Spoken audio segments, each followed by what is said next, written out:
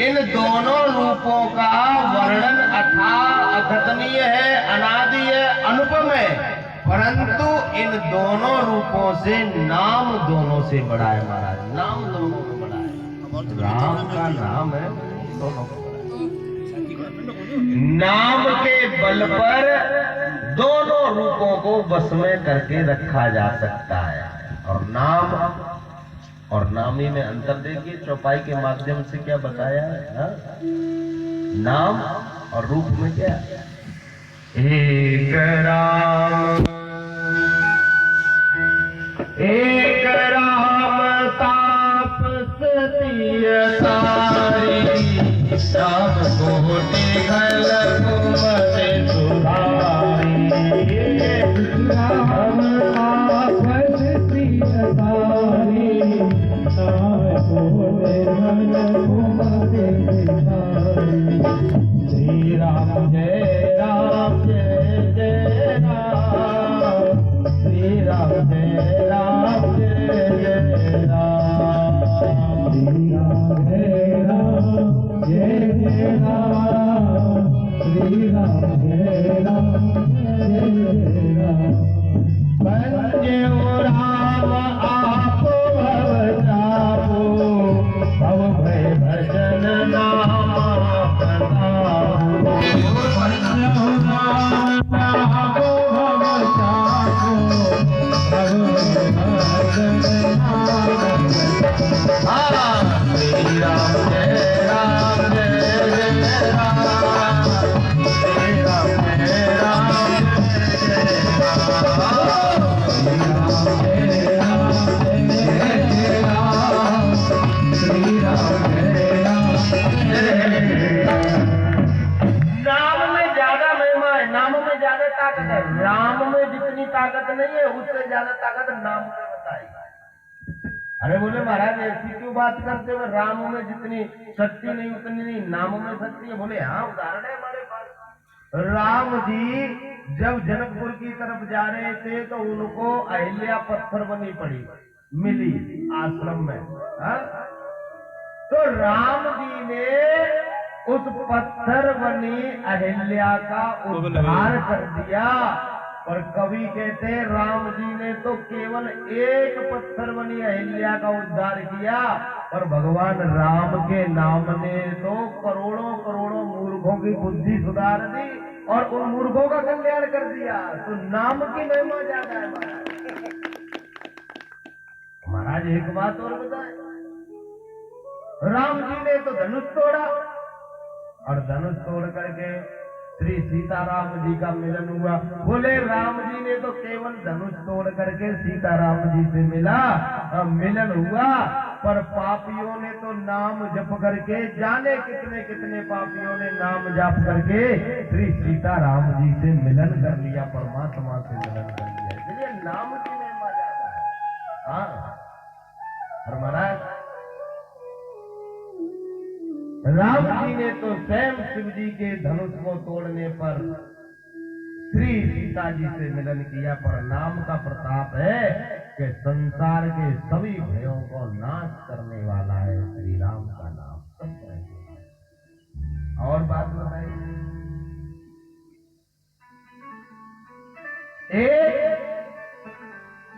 राम जी ने जो काम किया, ध्यान देना, अपने बल पर कुछ नहीं किया। वानर सेना का सहयोग लेकर के समुद्र पर पुल बांधा के नहीं बांधा, वानर सेना का सहयोग लेकर, और बहुत मेहनत करी। इसमें लिखा है राम भाल कपि कटक बटोरा, सेत हेत श्रम कीन लखोरा। बहुत मेहनत करी, करोड़ों बाबुओं को इकट्ठा किया, तब राम जी समुद्र पार कर पाए। पर महाराज नाम की ऐसी महिमा है, कोई राम राम नाम ले तो भैया उसका भव सागर का समुद्र सूख जाता है और वह भव सागर से पार हो जाता है। ये राम नाम की भव सागर से पार। राम नाम अलावलंब विनो, परमार्थ की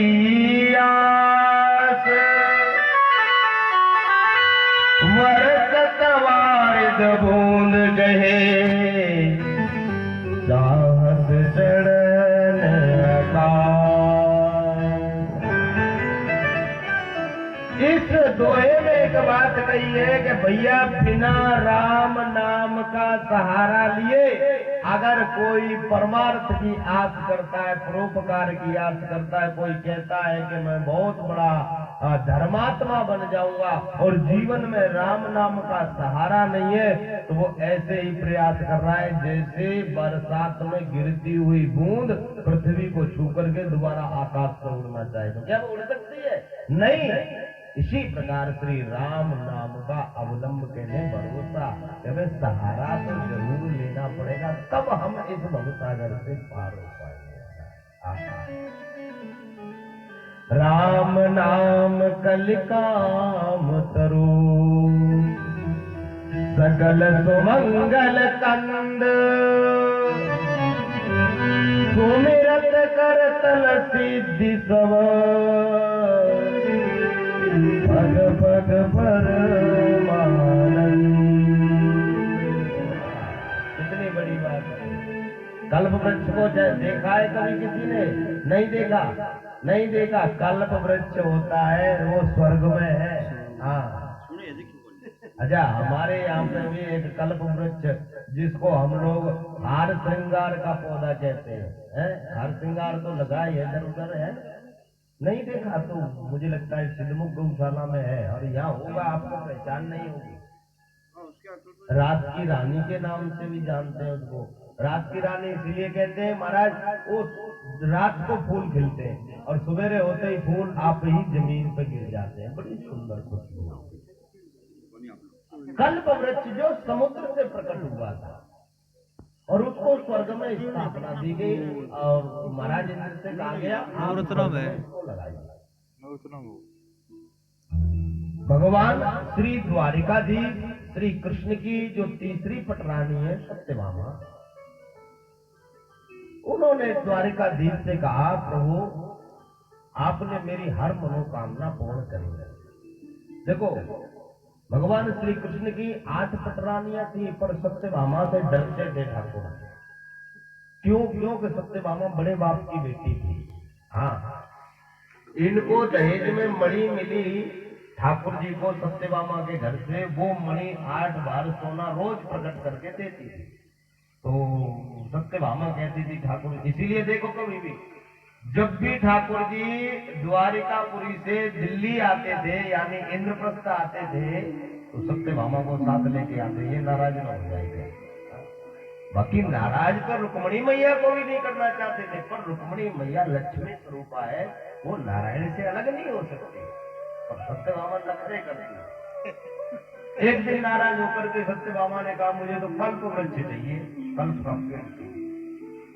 अरे भगवान ने समझाया, देवी कल्प वृक्ष स्वर्ग की संपत्ति है, पृथ्वी की संपत्ति नहीं है। वो हम लोग तो पृथ्वी पे द्वारिका में रहते हैं, नहीं मैं तो कल्प वृक्ष हूँ। अब ठाकुर जी ने कहा, अब देवी तुम्हारी इच्छा पूरी करनी पड़ेगी, मैं जाऊं कल्प वृक्ष लेने। तो उस कल्प वृक्ष को लेने के लिए भगवान जब स्वर्ग गए, तो देखो इंद्र जानते हैं कि ये परमपिता परमात्मा है, उसके बावजूद भी कल्प वृक्ष को स्वर्ग से न ले जाए, इसके लिए सामने लड़ने के लिए आ गए। बोले द्वारिकाधीश आपको मेरे को लड़ना पड़ेगा, पर कल्प वृक्ष को हम नहीं लेंगे। अरे स्वर्ग की महिमा कल्प वृक्ष से है, मणि से है, आप वृक्ष ही ले जाएंगे तो आप फिर कौन कहेगा कि स्वर्ग में कल्प वृक्ष है, आनंद है? नहीं, लड़े, वो लड़ाई हुई और बहुत देर तक लड़ाई हुई। अंत में ठाकुर जी ने एक शर्त करी, देखो भैया कल्प वृक्ष तो हम ले जाएंगे, हमारी रानी नाराज है सत्यभामा, और जैसे ही हम ले जाएं द्वारिका में दिखा दे, भाई ले जाके ले आए, तुम पीछे से चोरी कर लियो, बाद में फिर हम कह देंगे हमने तो लाके दियो, ले गए तो क्या करें, तो रानी भी मान जाएगी, कल्प वृक्ष भी तुम्हारा स्वर्ग में आ जाएगा। और वही किया। तो मैं इसीलिए कल्प वृक्ष की चर्चा कर रहा हूँ कि कल्प वृक्ष की ये महिमा है कि महाराज उस वृक्ष के नीचे बैठ के अमुक वस्तु की आप कल्पना करो और वो वस्तु प्रकट होकर के आपके सामने आ जाएगी। ये महिमा आपको चाहिए, महाराज गर्मी बहुत है, फ्रिज का पानी चाहिए, बस कल्पना करो वो तुरंत लाके देगा आपको, मटके वाला। आप उसके नीचे बैठ करके कल्पना करो कि मेरे को बहुत सारा धन चाहिए, तुरंत प्रकट करेगा। ये महिमा है। पर यहाँ तो स्वामी तुलसीदास जी कहना चाहते हैं कल्प वृक्ष तो स्वर्ग में है, हम पृथ्वी वाले लोगों के लिए कल्प वृक्ष नसीब नहीं है, देखने को भी नहीं मिलता, दर्शन भी नहीं मिलते। फिर कल्प वृक्ष जो कामना पूरी करता है वो कामनाएं हमारी कैसे पूरी होगी? तुलसीदास जी कहते हैं कलयुग में श्री राम नाम ही कल्प वृक्ष के समान है। जो राम के नाम का आश्रय लेगा, जो राम नाम रूपी कल्प वृक्ष के नीचे बैठ करके जो भी मन की कामना की कल्पना करेगा उसकी सारी कामनाएं सिद्ध हो जाएंगी, उसकी सारी कामनाएं। राम नाम कल काम तरु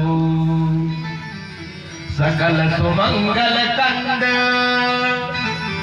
इस कलयुग में श्री राम नाम ही कल्प वृक्ष है जो जीवन में हर प्रकार के मंगलों को देने वाला है।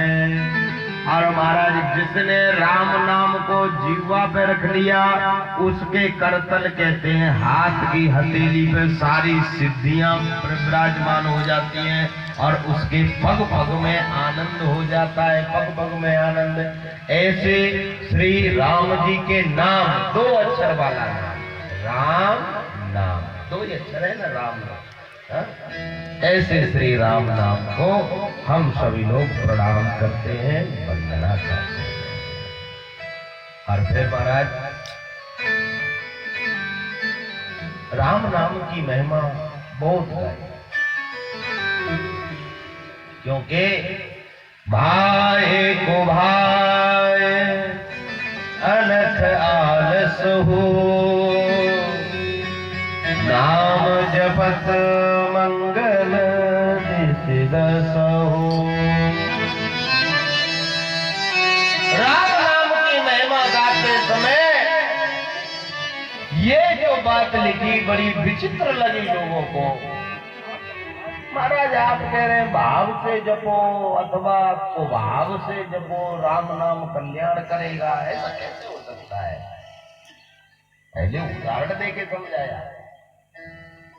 जैसे ए मैया आग को आप जान करके छुओ अथवा आपका गलती से आग में हाथ चला जाए, जलना तो आपको पड़ेगा।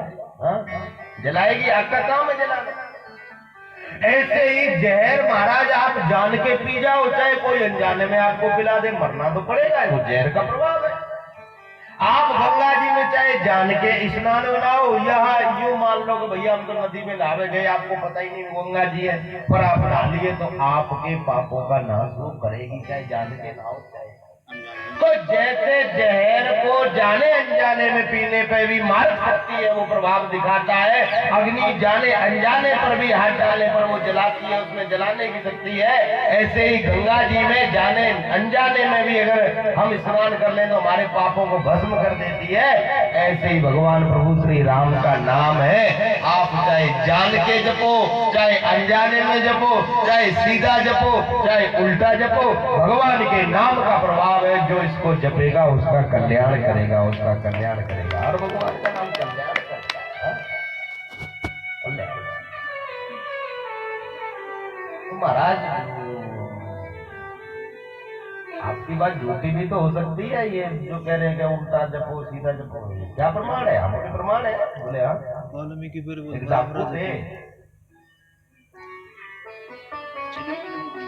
रोजाना डाका मारते थे, ध्यान से सुनो ना।